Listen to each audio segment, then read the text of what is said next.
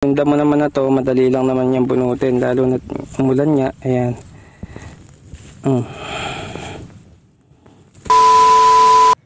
Hello mga kamag-anak, good morning sa inyong lahat. Ngayong araw nga ay nandito naman tayo sa aming silihan. So yung tanim namin na to, siling panigang na ang variety ay Django. So nung panahon kasi mga kamag-anak, no, umorder kami ng binhi, nung punla, ang talagang prepare namin itanim ay yung variety na Mahika. Kaso walang available, kaya itong variety yung naitanim namin. So makikita nyo mga kamag-anak, naararuhan na rin siya kasabay nung pagpapaararo natin ng mais kahapon.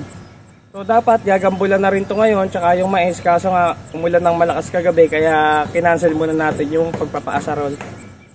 So tara, pakita ko sa inyo. So ito na mga kamag-anak yung itsura nung sili natin. Ayan, makikita nyo ang dami niyang mga supang. Ayan o, 1, 2, 3, 4, marami na. So ayan, tapos malalapad na rin yung dahon niya. Yun nga lang, yung iba mga kamag-anak talagang madamo. So tatanggalin na rin damo niyan habang inaasarulan. Yan o, kung makikita nyo rin mga kamag-anak, ayan, makikita nyo yung moldy na yan na bilog ito. Ayan na yung ano niyan, yung bulaklak, ayan o, magbubulaklak na yan. So syempre, pag nagbulaklak, kasunod niyan, magbubunga na. So, kung di ako nagkakamali mga kamag-anak, mga 20 to 25 days na to mula nung nailipat dito sa Tumana, sa pinakataniman niya. Ayan. Pero hindi yan mga kamag-anak, yung 20 to 25 days, hindi yan yung mula buto. Kumbaga nung nabili namin yan na punla na.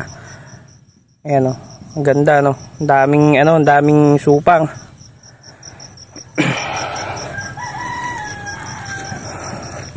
So ayan, kung makikita nyo, ayan yung iba lubog na sa damo. So kailangan maingat yung ating mga mag-aasarol. Siyempre, pagka-asarol lang ng asarol, tapos hindi tinitingnan, possible yung iba niyan madamay, mamatay. Yung damo naman na to, madali lang naman yung bunutin, lalo na umulan nga. Ayan.